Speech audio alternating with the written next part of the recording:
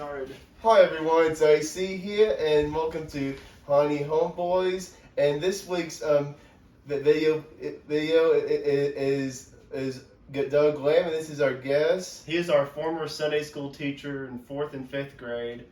This is episode 10 or 11. Which Oh, I think okay. it's 11, ain't it? Yeah, it's 11. Thank you. Doug's been watched, keeping track of the Yeah. past few. But let's just get started, Doug. Introduce yourself to everyone else that doesn't know you. Hi, my name is Doug Lamb, and I live here in Paducah, and I've been a Sunday school teacher. Seems like forever. I know that I've been basically full-time since 2000, and I teach 4th and 5th grade boys. When I first started teaching Sunday school, I was teaching kindergarten kids, so it was a unique experience, and I've spent the last 20 years learning to try to be a pretty decent teacher if I can. So. Okay. So what church? So you taught kindergarten in the 90s. In the 90s, you and Ron Corm and Ian Ron Corm were in a Sunday school class in the late 90s. A lady named Tammy Mathis. Do you remember? I don't know if you remember Tammy Mathis. I remember the name Tammy. And She told me that you and Ron Corm were in that class in the late 90s. Oh yeah, and we like I said, when I first started going to Heartland, I started out in the drama ministry, and I was played different characters. I played everybody from Peter the disciple to Satan, and I played the last time I did a performance, I played Pilate, and I crucified Jesus. So Well done, Doug. well done. I did a good job. So I'm good at being a bad guy. Yeah, believe it or not, if you know him, he can do both well. But bad guy, I don't know, it just brings out different Doug. And now, next question is, so how does a failure or apparent failure set you up for later success in life? And do you have a favorite failure? I guess probably the one biggest failure I made in life, and this was years ago, I had basically walked out of church and was done with God and everything, and I spent about 7 years of trying to ruin my life, and pretty much did. I'd pretty much lost everything I had except for my wife at the time. And I remember I finally got on my knees and I said, God, I can't fight you no more. I said, I'm done. And it was like he just looked at me and said, good, let's go back to work now. And I spent a long time trying to get back to where I was in my relationship with God. But I think what really was a dramatic shift in my thinking was 1 year, due to Promise Keepers, I got to see a guy named Henry Blackaby, who wrote the book Experiencing God. And I remember watching him preach one night, and when he was reading the Bible, he literally had tears come to his eyes. And I sat there and I asked myself at the time, I said, what is it he knows?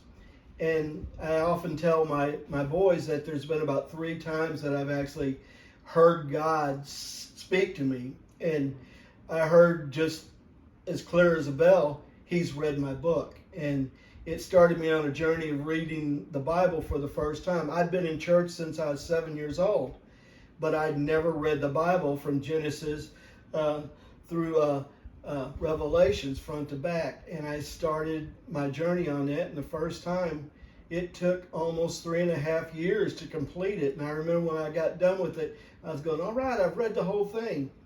But then I soon picked it up and started reading it again. And I actually told the boys I'm on my 5th time going through the Bible, and this time I'm doing a Bible study, and it's just 1 year on the first 5 books of the Bible, the Torah, which is kind of unique, but it's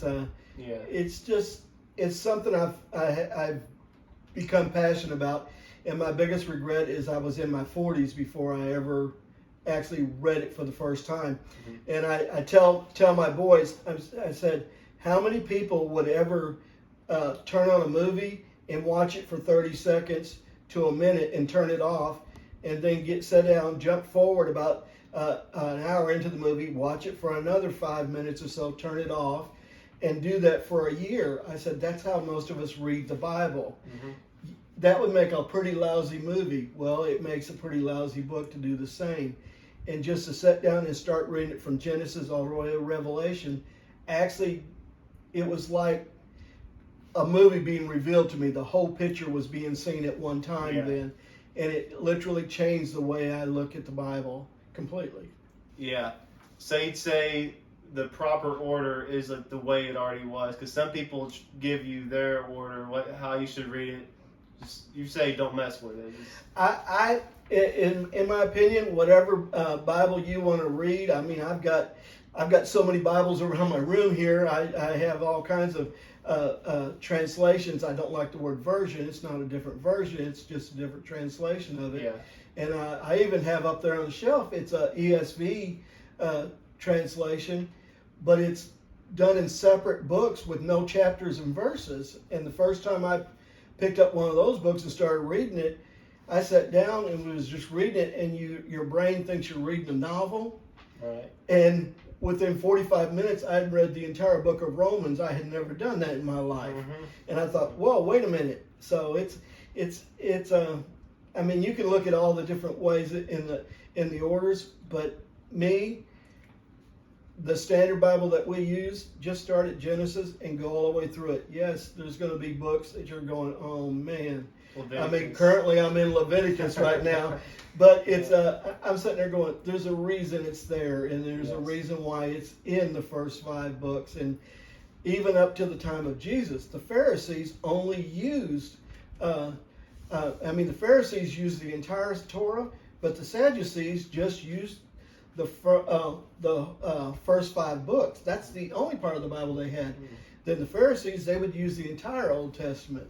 And I often joke that's why they were so sad. They only had 5 books opposed to the Pharisees who had the other Old Testament. So. Yeah.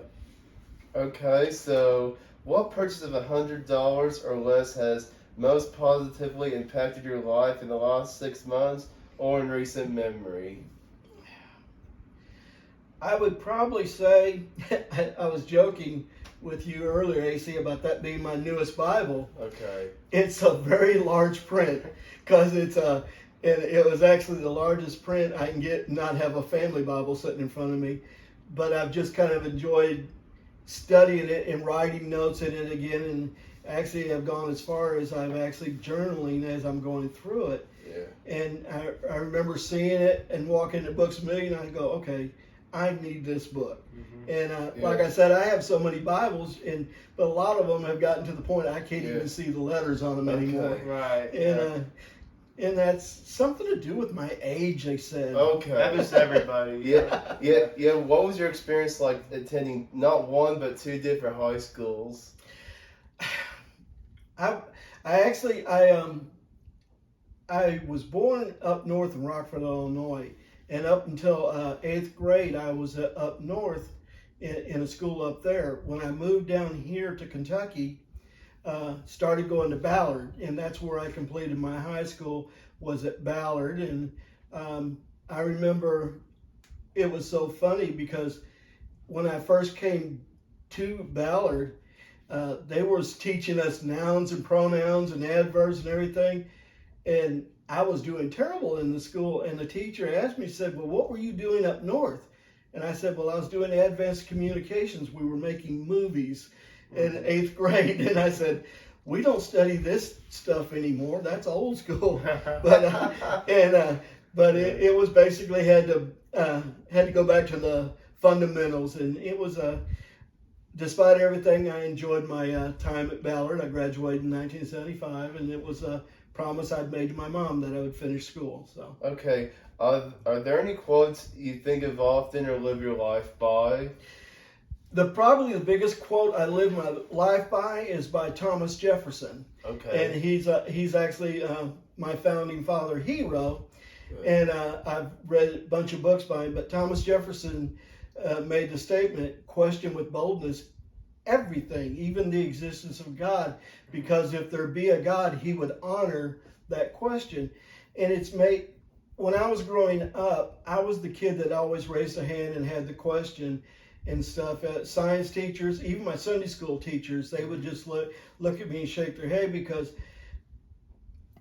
I have learned over the last probably 10 years of teaching that the standard Bible school, Sunday school teaching doesn't work anymore. Kids want to know facts. They want to know that you know more than what they're just seeing in front of them, and that's where I actually said, okay, I question everything. I remember when I was at one time, I asked my parents, I said, how do we know God is real? And I thought they were going to kill me because you just didn't question that. Yeah. But I needed to know. I wanted to know, why is it the Bible is the book we use to refer to God? Was Jesus actually real?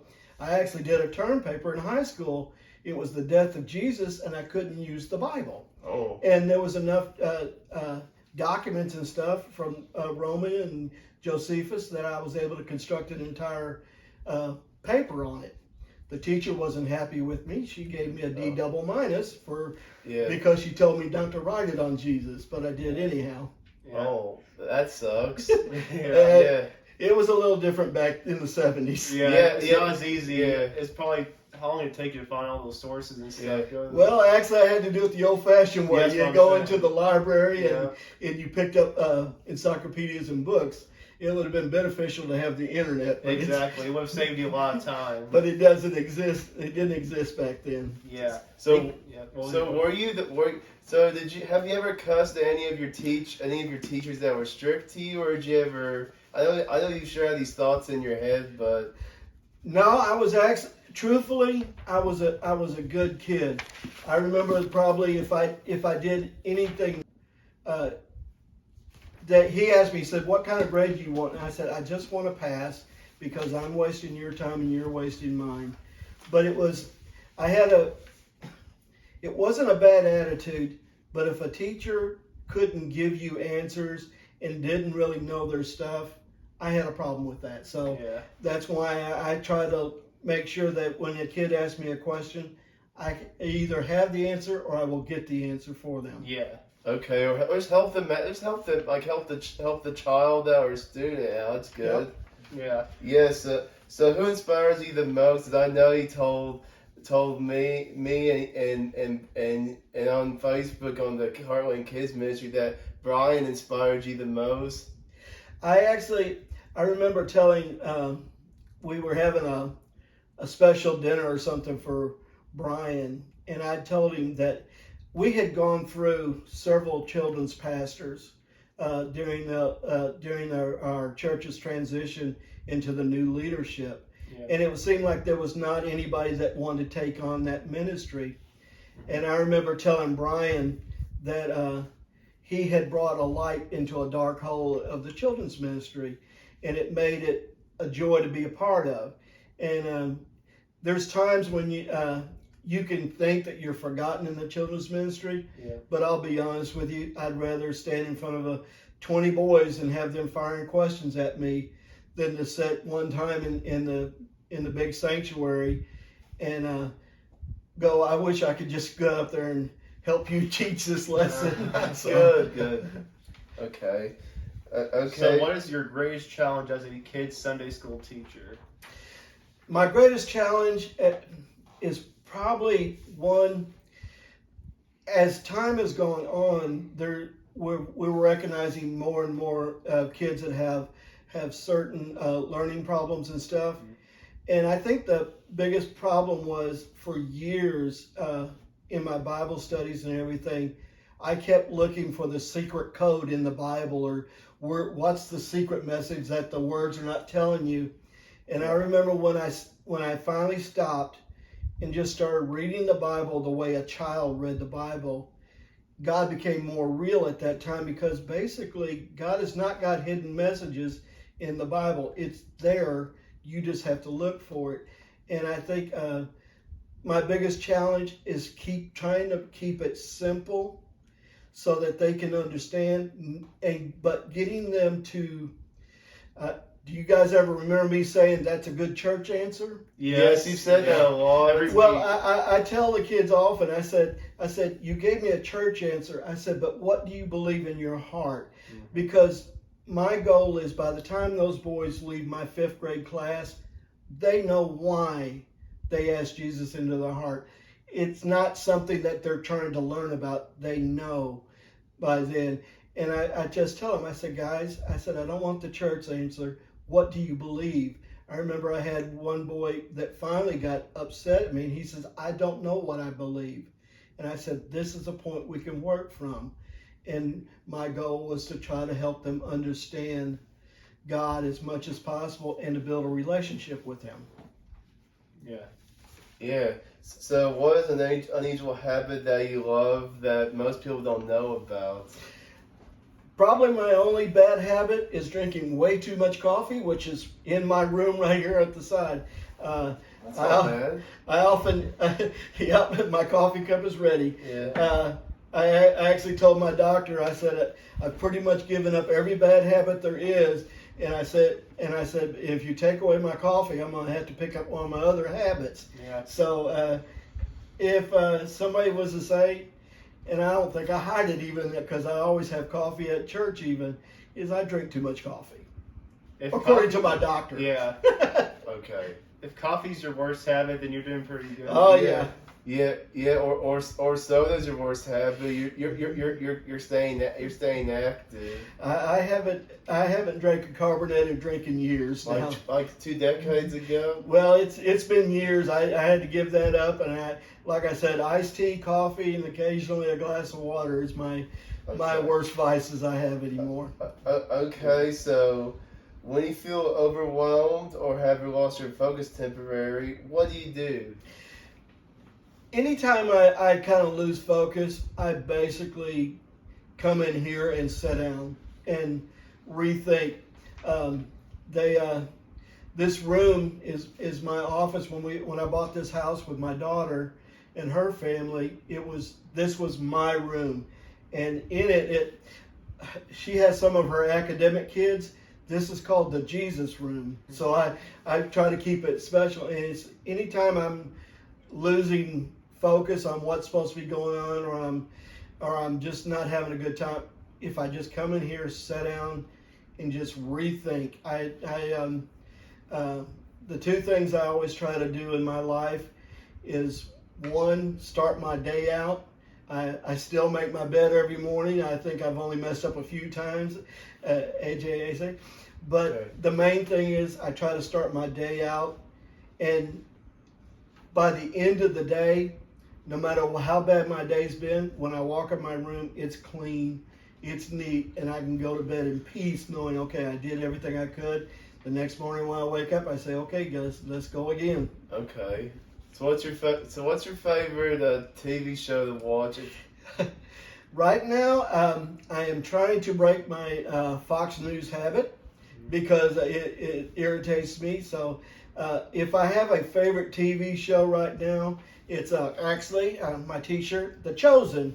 I started watching it online, and I actually finally got a Fire Stick so I can put the app on my Fire Stick and bring up The Chosen. And they're actually in the process of filming season 3 right now, and it's the life of Jesus through the eyes of the people that met him, and it's very unique. It's not, as a guy that produces it, Dallas said they're not rewriting scripture. They're just telling the story the way it might be as an entertainment or as a TV program, but they don't alter scripture in the process. So it's extremely good, and some of the best actors, and it's just beyond belief. If you've never seen it, you can actually download the app on your phone or on any mobile device. Just go to your app store and look for The Chosen, and when you pull it, you can download it. It's free. I'm actually a pay it forward member, so that I pay every month so that somebody else can see the show for free. And currently, they're over 400 million people have viewed it now worldwide. So they're going for 1 billion. Okay. So what season, for season 3, what books of the Bible are they doing, if you know? It's basically, if there's any one book, it'd probably be closest to Luke, but it's just the gospel, just the life of Jesus. It actually picks up with Jesus calling Peter. There's some other backstory, such as Mary Magdalene. You meet Nicodemus. You see all these characters, all the disciples, Matthew and all of them, and how they are being called by God and how it's altering their life and stuff. So it's the way they're building it. It's pretty fascinating because of the characters. And right now, with by the end of season 2, Peter and the disciples and Matthew are pretty much at war with each other because of what Matthew was, a tax collector, and he was like the worst of all. But Jesus called him for a special reason. It's because of his meticulous writing and the way he did things. So actually season 2 it ended with the Sermon on the Mount. Season 3 picks up with the Sermon on the Mount, and will end with the feeding of the 5,000. Hopefully this fall. Okay, good. So what's your favorite artist, like in music industry? Like you can start with a gospel old hymn or Christian. Well, actually, as far as Christian music, I have a hymnal up there. I like all the old songs. Okay. That's great. Oh yeah, all those. I find those. I like to read them more as poetry than music. If you want to know my favorite artist, it's Rush. I am still a rock fan, and I've always liked rock and roll. I've probably got. I cover everything from the 40s, 50s, 60s, 70s, 80s, and a little bit from the 90s. Yeah. Okay. So I think the last one, Melissa goes, "Dad, are you listening to Metallica right now?" And I said, "Yeah, I am." So after, pretty much once grunge started. Yeah. So what is your favorite 70s rock song? If you would. When I was a Beatles fan, and probably my favorite rock song at the time was John Lennon's "Imagine." The only thing that made me sad about the whole thing was the lyrics behind that song basically eliminates God because of religion and everything. And what really grieved me was when John Lennon was shot. I actually cried that day and was saddened by it. But I realized he didn't know who God was. But probably if you say one song, it would be either John Lennon, "Imagine," and then there's one most people have never heard. It's by Axe, and it's called "Battles," and it's one of my favorites. It's about a guy that is telling the story of his life and how he always fought wars and dreamed of a time that he could just lay his sword down and rest. Mm-hmm. So. Yeah. What would you say your favorite is, AC? 70s rock? Favorite rock song? From the 70s, yeah. I'd say "We Are the Champions" by Queen. Queen. And my favorite is probably "Let It Be" by the Beatles, maybe Bohemian Rhapsody if you consider it rock, because it was not as rock as some other Queen songs like "We Will Rock You" or "We Are the Champions." But that's probably the two out of the top of my head right now. But the next question is... Yeah, and also like "Burning Love" by Elvis Presley. What's my favorite Elvis Presley song from the 1970s? Yeah. So next question is, what is one of the best or most worthwhile investments you've ever made? After my wife died, she died of cancer 6 years ago. I was pretty much in a place of, I was okay because I knew that God had finally healed her, but it required her going home to be with Him. But in that process, I've taken and I said, okay, I've got to rethink my whole life here. And I actually sold my home.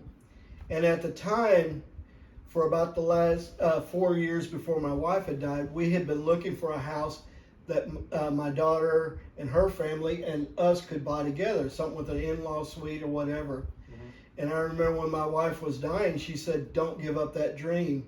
And it was probably buying this house. When I got it, the market was super low, and it's in a really nice neighborhood. I could have never afforded anything like this by myself. Mm-hmm. And what's unique about it is now a realtor notified me that it was double what my investment was in it yeah. with the pricing now, and they said you need to sell it, and I'm going, and do what? It's Yeah. our forever home. So Exactly, right. That's a good one. So now, in the last 5 years, what new belief, behavior, or habit has most improved your life? I think in the last 5 years,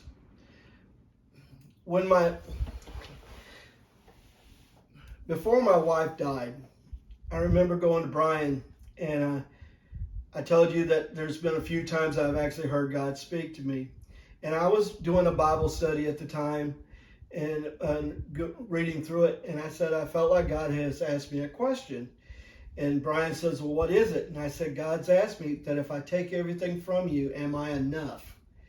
And I remember telling Brian, I don't know how to answer that question. And actually, Brian looked at me, laughed, and said, well, I'm glad God asked you. And I remember it took about 3 or 4 weeks, and I finally came in, and I said, I've been able to answer it. And I answered, yes, if God, you take everything, you're still enough.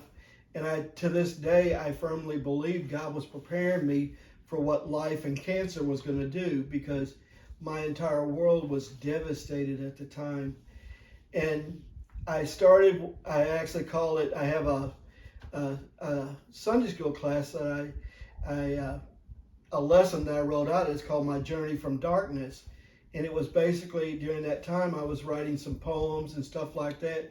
And it was basically me regaining my relationship with God and getting back to where, as I tell everybody now, I can smile again. Because it was a dark time in my life, because I felt like I had my entire world, everything I thought was the most important thing in my life was gone. Mm-hmm. And I've learned in the last 5 years that although my wife was my everything, the truth of the matter is, when it comes right down to it, as a Christian, as a believer, all you got is God in the end. And you got to know that, and that once I came at peace with that, I realized that there's nothing I can't face, no trial, no problem, that I'm going to be okay, and no matter what it is in life. And it's made me.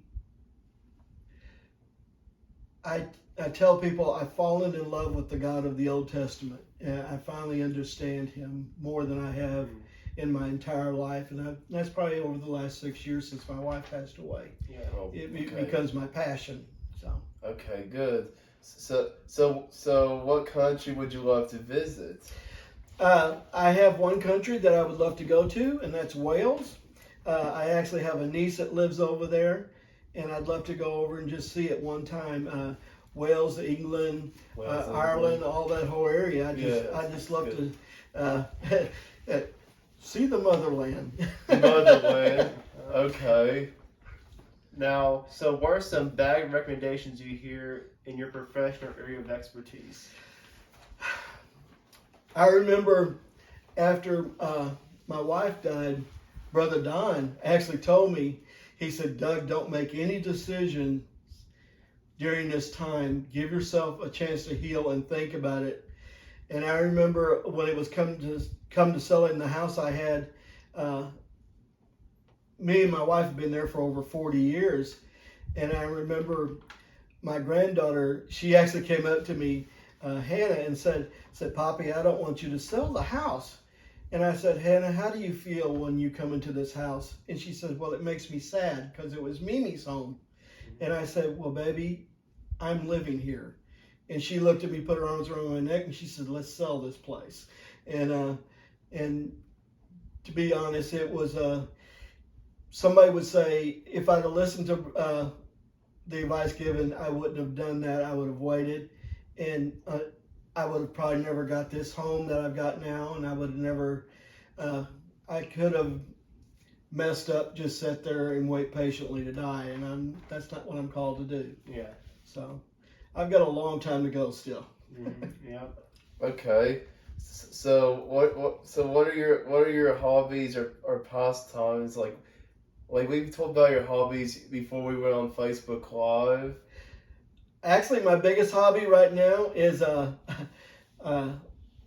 is studying, taking notes. I've actually started writing down my own commentary to my Bible, and I've actually started in Genesis, and I've actually, before you guys showed up, I was working on Stories of Abraham. It's basically my own thoughts and everything with as I'm going through the Bible again, and I figured I've got, if I live to be 96, I've got, you know, a good 30 years to go to get it finished. So maybe I'll finish a book and maybe even publish it someday. Yeah. That would be cool. I'd be in line to buy it.